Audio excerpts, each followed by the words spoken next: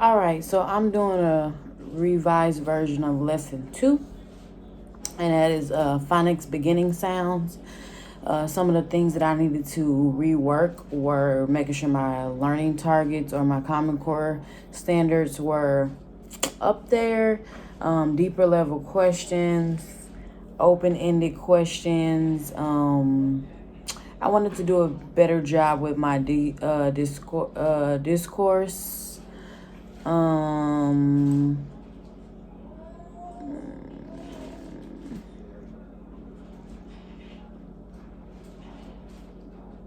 I wanted to tell what the mastery level was and how I approached this lesson a little bit different than originally with just my son. So I added in that the Common Core standard is CEL1 develops ability to detect, manipulate, or analyze the auditory parts of spoken language. This includes the ability to segment oral language into words, syllables, or phonemes independent of meaning. So ultimately, we will be recognizing sounds that match um, and words that begin or end with the same sounds. My target then was for students will recognize beginning sounds and identify the letters that represent the sounds. Students will write letters that represent beginning sounds. Um, so this was done with one student, but I wanted to stretch my thinking and kind of use him as the means of a class full of students. So this particular student does know 19 of 26 letters. He knows most of his letter sounds, and he knows 19 out of 26 letters. So let's dive into my higher order thinking. So some questions that I might ask him is, which letters does the word shark begin with? Ultimately, we know that blends might be a little tough for a K4 student, so kind of want to open up with that. How does learning sounds and letters make you a better reader?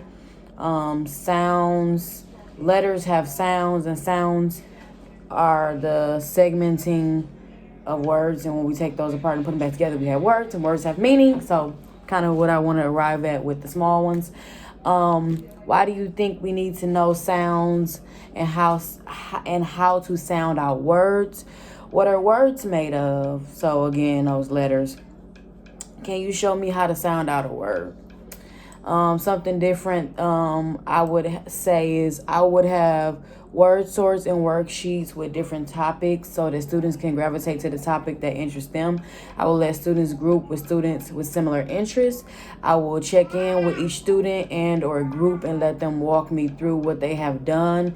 If students show mastery of the beginning sounds, they can move on to individual summative piece. If not, I will work with them. Work with that group of students who need extra attention, extra help, extra at bats. I would like for each student to have at least 3 attempts. So some things that will look different in this lesson is I would do some turning talks right after introducing the lesson, asking those questions about those higher thinking questions, also giving some samples off of our small group piece. So instead of them having to do 4 picture sorts when they walk away, I would do 2 in a small group, but do a turn and talk and have them talk through that, have them share out. I would walk around to groups and kind of plant, okay, I'm going to come to you, be ready when I come to you. Do you want to share? Okay, great. Those type of things. I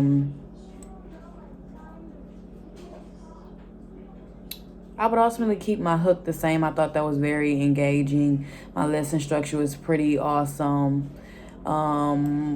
If I'm using my son as, if I'm going to say he's 12 students or 15 students, then ultimately this lesson I would have got a 75 for mastery, which, is okay for a beginning lesson.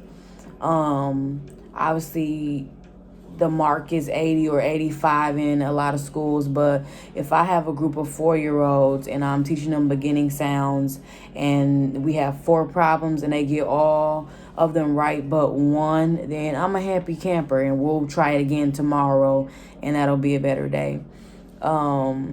So my approach, or the motto that I followed, was the motto: share, interact, guide, then independent. And again, if I'm using him as my group of students, then we got a 75, and that's okay with me.